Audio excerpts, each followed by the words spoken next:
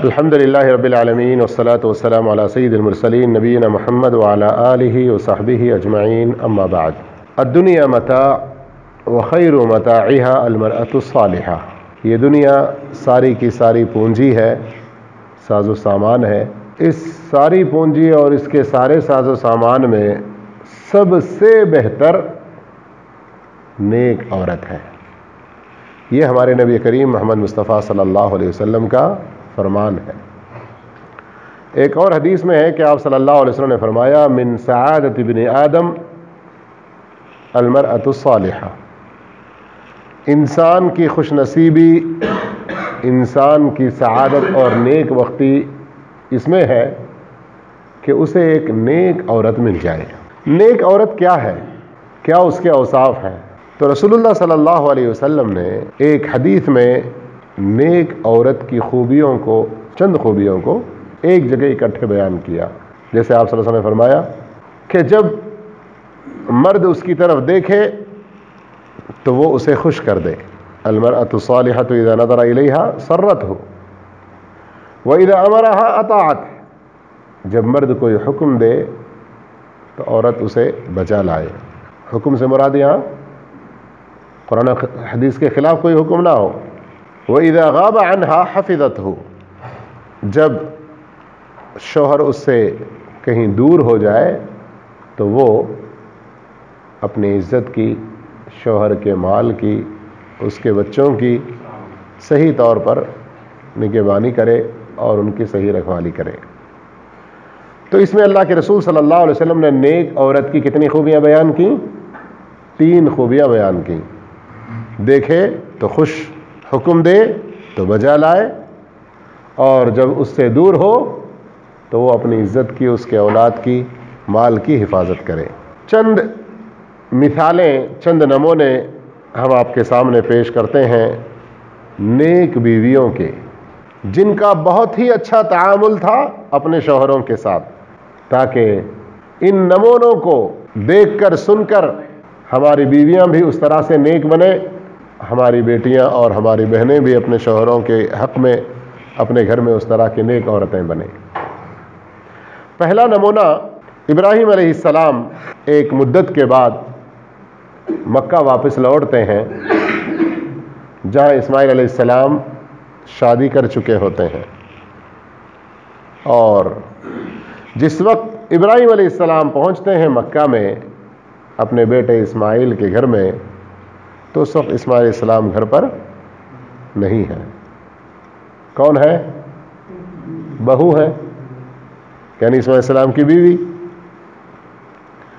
پوچھتے ہیں بیٹے کے بارے میں تو وہ کہتی ہیں کہ باہر گئے ہوئے ہیں ہمارے لیے کچھ روزی تلاش کرنے۔ پوچھتے ہیں کہ کیسے گزارا ہو رہا ہے، کیسے زندگی چل رہی ہے، تو وہ کہتی ہے بہت برا حال ہے، بڑی تنگی میں ہیں، بڑی پریشانی میں ہیں، اور بڑی شکوہ شکایتیں کرنے لگتی ہیں۔ ابراہیم علیہ السلام کہتے ہیں کہ جب تمہارا شوہر آ جائے تو انہیں میرا سلام پہنچا دو، اور ان سے کہو کہ اپنے گھر کے چوکھٹ کو بدل ڈالے، اور چلے جاتے ہیں۔ اسماعیل علیہ السلام لوٹ کر آتے ہیں تو گھر کی عورت ساری باتیں بتلا دیتی ہیں۔ تب اسماعیل علیہ السلام کہتے ہیں کہ وہ میرے والد محترم تھے، اور مجھے انہوں نے حکم دیا کہ میں تمہیں الگ کر دوں، میں تمہیں طلاق دیتا ہوں۔ پھر ان کو رخصت کیا اور انہوں نے دوسری شادی کر لی۔ کچھ عرصہ گزرا، پھر اللہ نے چاہا تو ابراہیم علیہ السلام کے دل میں پھر خیال آئے کہ جاؤں، جا کر ذرا بیٹے سے، بہو سے ملاقات کر لوں۔ دوبارہ آئے تو اس دوسری بار بھی گھر پر اسماعیل علیہ السلام نہیں تھے۔ بہو سے پوچھا کہاں ہیں، تو بہو نے کہا کہ وہ باہر گئے ہوئے ہیں روزی کی تلاش میں، کام کے لیے۔ پوچھا کیسے ہو تم، کیسے گزارا چل رہا ہے؟ تو اس بیوی نے کہا الحمدللہ، بڑا اللہ کا کرم ہے، بہت اچھا ہے، خیر و برکت ہے، اللہ کی نعمتیں ہیں، نوازشیں ہیں۔ اللہ کی بڑی تعریف کرنے لگی۔ ابراہیم علیہ السلام نے کہا جب تمہارا شوہر آ جائے تو ان کو میرا سلام کہنا، اور ان سے کہنا ہو کہ وہ اپنے گھر کے چوکھٹ کی حفاظت کرے، اسے اچھی طرح سے رکھے۔ اور چلے گئے۔ جب اسماعیل علیہ السلام آئے تو بیوی نے ساری باتیں بتلائیں، تو اسماعیل علیہ السلام نے کہا وہ میرے ابو جان تھے، اور چوکھٹ سے مراد تم ہو، تمہارا اچھا خیال کرنے اور تمہاری حفاظت کرنے کا مجھے حکم دیا ہے۔ غور کیجئے، وہی شوہر ایک ہیں اور وہی کمائی کے لیے ایک جو نکلے ہوئے ہیں، لیکن پہلی بیوی کا حال کیا تھا؟ ناراضگی، شکوہ، شکایت، اور دوسری بیوی کا حال شکر گزاری اور اللہ کی تعریف۔ ہمارے معاشرے میں پائی جانے والی خواتین کے دو قسمیں ہیں، خواتین کی دو قسمیں ہیں۔ ایک خاتون وہ ہے جو بہت کم صبر کرتی ہے، بہت جلد ناراض ہوتی ہے، شکوہ شکایتوں کے انبار لگاتی ہے۔ دوسری وہ ہے جو بہت زیادہ شکر کرنے والی ہے، عقل کی پختہ ہے، اللہ کی حمد و ثنا بیان کرنے والی۔ جی ہاں، نیک عورت کی یہ خوبی ہوتی ہے کہ وہ اپنا اوڑھنا بچھونا قناعت پسندی، یعنی جتنی چادر اتنے ہی پیر پھیلاؤ، مصیبتوں پر صبر کرتی ہے، شکوہ شکایتیں زبان پر زیادہ نہیں لاتی۔ ناشکری کرنے والی عورت وہ بڑی لالچی، بہت زیادہ حرص و طمع والی ہوتی ہے، دوسروں کے پاس جو ہے اس کو دیکھ کر بڑی خواہشات میں پڑ جاتی ہے، گرچہ اس کا گھر بہت ساری خیر و برکتوں سے بھرا ہوا ہو، چھوٹی سی کوئی کمی نظر آئی، شکوہ شکایتوں کے انبار لگا دیے اور گھر کے سارے بھید باہر اگل دیے۔ زندگی بھر کے بہت سارے احسانات اسے نظر نہیں آتے، لیکن تھوڑی سی غلطی بڑی آسانی سے بہت لمبے محاسبے اور حساب و کتاب میں لگ جاتی ہے۔ ایسی ہی بدخلق ناشکری عورت کے بارے میں ایک موقع پہ اللہ کے رسول صلی اللہ علیہ وسلم نے فرمایا، لو احسنت الى احداهن الدهر ثم رأت منك شيئا قالت ما رأيت منك خيرا قط۔ تم زندگی بھر ایسی عورتوں کے ساتھ احسان کرتے رہو، خوب ان پر لٹاتے رہو، لیکن جب ایک مرتبہ تم سے کوئی کمی کوتاہی دیکھ لے تو کہہ دے گی کہ میں نے زندگی میں کبھی تم سے کوئی خیر اور کوئی سکھ نہیں پایا۔ آئیے ایک دوسرا نمونہ، ایک دوسری مثال۔ رسول اللہ صلی اللہ علیہ وسلم غار حرا میں اکیلے تنہا اللہ کی عبادت میں لگے ہوئے ہیں۔ جبریل علیہ السلام تشریف لاتے ہیں اور کہتے ہیں کہ پڑھو۔ آپ صلی اللہ علیہ وسلم فرماتے ہیں کہ میں پڑھنا نہیں جانتا، بہت سخت اپنے سینے سے چمٹا کر دبوچ لیتے ہیں، پھر کہتے ہیں پڑھو۔ آپ صلی اللہ علیہ وسلم وہی جواب دیتے ہیں اور اس طرح 3 مرتبہ کرتے ہیں۔ اس کے بعد اقرأ بسم ربک الذی خلق، سورہ علق کی ابتدائی 5 آیات پڑھاتے ہیں، اللہ کے رسول صلی اللہ علیہ وسلم پڑھتے ہیں، نبوت کا تاج پہنایا جاتا ہے۔ پہلی مرتبہ یہ منظر پیش آیا اور اس طرح سخت دبوچنے کی وجہ سے بھی آپ صلی اللہ علیہ وسلم پر کچھ دیر کے لیے گھبراہٹ سی طاری ہوئی۔ آپ صلی اللہ علیہ وسلم اپنے نفس پر اپنی جان کا خوف محسوس کرنے لگے، دل کانپ رہا تھا اور بڑی پریشانی کے عالم میں آپ وہاں سے آئے۔ اب کوئی غمگسار چاہیے، کوئی تسلی دینے والا چاہیے، تو ایسے وقت اللہ کے رسول صلی اللہ علیہ وسلم کہاں گئے؟ کس کے گھر تشریف لے گئے؟ کیا اللہ کے رسول صلی اللہ علیہ وسلم اپنے چچا ابو طالب کے گھر گئے، جنہوں نے آپ کو بچپن سے پالا پوسا، آپ کو بچپن سے اچھی طرح سے آپ کی دیکھ ریکھ کی؟ نہیں، بلکہ آپ صلی اللہ علیہ وسلم خدیجہ کے پاس، خدیجہ کے علاوہ کسی اور کے پاس نہیں گئے، اور خود ہی آپ صلی اللہ علیہ وسلم کہنے لگے مجھے اپنی جان کا خطرہ ہے خدیجہ۔ پھر جو کچھ پیش آیا غار حرا میں سارا کچھ سنایا۔ اللہ اکبر، دیکھنے کو تو عورت ہے نا، صنف نازک ہے نا، لیکن کس طرح دلی طور پر قوت کی مالک تھیں، کیا ہی بہترین انہوں نے اطمینان دلایا۔ وہاں اللہ کے رسول صلی اللہ علیہ وسلم نے کیا ہی ٹھنڈی سانس اور ایک خوشگوار ماحول پایا۔ آپ کا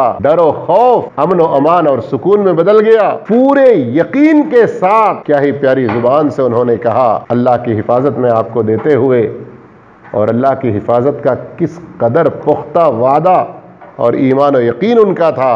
کیا کہا؟ کلا واللہ لا یخزیک اللہ ابدا، ہرگز نہیں، اللہ کی قسم، اللہ کبھی آپ کو ضائع نہیں کرے گا۔ آپ کو اپنی جان کے بارے میں ڈرنے کی ضرورت نہیں ہے، آپ کیسی خوبیوں کے مالک ہیں ماشاء اللہ۔ انک لتصل الرحم، آپ صلہ رحمی کرتے ہیں، وتصدق الحدیث، سچی بات کرتے ہیں، وتحمل الکل، جس کا بوجھ ہے اٹھا کر اس کی مدد کرتے ہیں، وتکسب المعدوم، جو کچھ کرنے کے قابل نہیں ہے اس کو سہارا دیتے ہیں، اس کو کما کر دیتے ہیں، وتقری الضیف، مہمانوں کی مہمان نوازی کرتے ہیں بہت اچھے طریقے سے، وتعین علی نوائب الحق، مصیبتوں میں جو حق پر ہیں ان کی آپ مدد کرتے ہیں، اتنی ساری خوبیوں کے آپ مالک، آپ کو کیا گھبرانے کی ضرورت؟ آپ جیسی نیک خوبیوں والوں کو کبھی اللہ ضائع نہیں کرے گا۔ کون کہہ رہی ہیں؟ المرأۃ الصالح، یہ نیک عورت کی خوبی کہ نیک عورت شوہر کی گھبراہٹ و پریشانی کے وقت میں سکون کی جگہ ہوتی ہے، نیک عورت شوہر کے مصیبتوں کے وقت میں تسلی اور اطمینان کی جگہ ہوتی ہے۔ جب شوہر کے اوپر مصیبتوں کے پہاڑ ٹوٹ پڑیں تو وہ اس میں ان کا ساتھی بنتی ہے اور انہیں دلاسا دیتی ہے۔ جب شوہر غم و پریشانیوں کے پہاڑ ٹوٹ کر آنکھ سے اگر کوئی خطرہ آنسو کا گرتا ہے اور اپنی پیاری بیوی، نیک بیوی کے سامنے اپنا یہ دکھڑا رکھتا ہے تو فوراً وہاں سے دل کو سکون پہنچانے والے جملے، سارے غموں کو دھل کر خوشیوں میں بدلنے والے پیارے کلمات اس نیک بیوی کی زبان سے نکلتے ہیں۔ وہ عورت بھی بڑی بابرکت ہے جو ایسی جنتی خدیجہ رضی اللہ تعالیٰ عنہا جیسی خوبی اپناتی ہے۔ اللہ ہماری تمام عورتوں کو ایسی نیک توفیق عطا فرمائے۔ آئیے ذرا آگے بڑھتے ہیں، ایک تیسرا منظر، تیسرا نمونہ، تیسری مثال دیکھتے ہیں جسے بیان کرنے والی ہم تمام مومنوں کی ماں حضرت عائشہ صدیقہ رضی اللہ تعالیٰ عنہا ہے۔ اور نہ بھولیں کہ خدیجہ رضی اللہ تعالیٰ عنہا بھی ہم سب مسلمانوں کی ماں۔ عائشہ رضی اللہ عنہا فرماتی ہیں، ہم مہینے کا نیا چاند دیکھتے، پورا مہینہ گزر جاتا، پھر ایک نیا چاند دیکھتے، پورا مہینہ گزر جاتا، پھر ایک نیا چاند دیکھتے، اور اللہ کے رسول صلی اللہ علیہ وسلم کی پاک بیبیوں کے گھر میں چولہا تک نہیں جل پاتا۔ عروہ بن زبیر جو ان کی باجی حضرت اسماء رضی اللہ تعالیٰ عنہا کے فرزند، وہ پوچھتے ہیں خالہ جان 2 مہینے گزر جائیں گھر میں چولہا تک نہ جلے؟ بڑی حیرانگی اور تعجب سے پوچھتے ہیں پھر کیسے آپ لوگوں کا گزارا ہوتا؟ کیا کھاتے پیتے اور کیا کھا پی کر جیتے؟ تو کیا جواب دیا؟ کھجور اور پانی ہوا کرتا۔ بس یہی حضرت عائشہ صدیقہ رضی اللہ عنہا بیان فرماتی ہیں کہ ایک مرتبہ میرے گھر پر ایک عورت آئی اور اس کے ساتھ چھوٹی 2 اس کی بیٹیاں بھی ہیں، کچھ مانگنے لگی اور اس وقت میرے پاس بھی سوائے کھجور کے کچھ نہ تھا۔ میں نے اسے دیا تو اس کے 2 ٹکڑے کر کے اپنے 2 بیٹیوں کو دے دی۔ اللہ اکبر! یہ ہے عائشہ رضی اللہ عنہا کا مکان، یہ ہے سید الاولین والآخرین کے گھر میں کھانے کا منظر، ان کی معیشت۔ اب آئیے ان کی کوٹری، ان کا گھر، مکان کیسے تھا، اس کے بارے میں بھی عائشہ رضی اللہ عنہا بیان کرتی ہیں کہ اللہ کے رسول صلی اللہ علیہ وسلم رات میں تہجد پڑھنے کے لیے اٹھتے، جبکہ میرے پاس باری ہوتی، میرے کمرے میں ہوتے تو آپ صلی اللہ علیہ وسلم کھڑے ہو کر نماز پڑھتے رہتے۔ جب سجدہ کرنے کے لیے جھکتے تو مجھے اشارہ کرتے، میں اپنے پیر سمیٹ لیتی، سکیڑ لیتی، قریب کر لیتی، پھر آپ صلی اللہ علیہ وسلم سجدہ کرتے۔ کیوں؟ جگہ کی تنگی کی وجہ سے۔ اللہ اکبر، اللہ اکبر! یہ امام الانبیاء ہیں، اللہ کے بعد اس کائنات میں اللہ کے سب سے پیارے، سب سے زیادہ چہیتے انسان ہیں۔ ان سے بھی بڑھ کر تاریخ نے کسی اور ہستی کو جانا، ان سے بھی افضل اور اچھے کسی اور انسان کو تاریخ نے پایا؟ ہرگز نہیں۔ ان کا یہ کھانا، ان کا یہ گھر، اس کے باوجود عائشہ رضی اللہ تعالیٰ عنہا نے کبھی سوال نہیں کیا، کبھی کوئی شکایت، اپنے گھر میں کسی چیز کی کمی کی شکایت نہیں کی، جبکہ اللہ کے رسول ہیں کہ دعا کرے تو اللہ قبول کرے اور گھر دنیا کی ساری نعمتوں سے، سارے آسائشوں سے بھر جائے۔ اس تنگ گھر کے بجائے بہت بڑے عالیشان محل میں رہیں۔ ممکن تھا کہ نہیں تھا؟ تھا۔ کیوں ممکن نہیں تھا؟ دوسری اور بڑی بڑی بادشاہوں کی بیویوں کی طرح سے آپ کی بیویاں بھی ہوتی، لیکن یہ عیش و عشرت، یہ دنیا کی آسائشیں آپ صلی اللہ علیہ وسلم نے پسند نہیں کی، اور آپ کی جو نیک بیویاں انہوں نے بھی کبھی ایسی چیزوں کا مطالبہ نہیں کیا۔ اس طرح نیک عورت اپنے شوہر کے ساتھ تنگی میں ہو یا خوشحالی میں برابر زندگی کا ساتھی بن کر، شریک حیات بن کر، جیون ساتھی بن کر چلتی ہے۔ شوہر کی طاقت سے بڑھ کر اس سے کوئی مطالبہ نہیں کرتی اور اسے کسی چیز کی تکلیف نہیں دیتی۔ بس اللہ ہی رحم کرے آج کی ہماری عورتوں پر، دوسروں کی دیکھا دیکھی کیسے فتنے اور کیسی آزمائش میں پڑ گئیں۔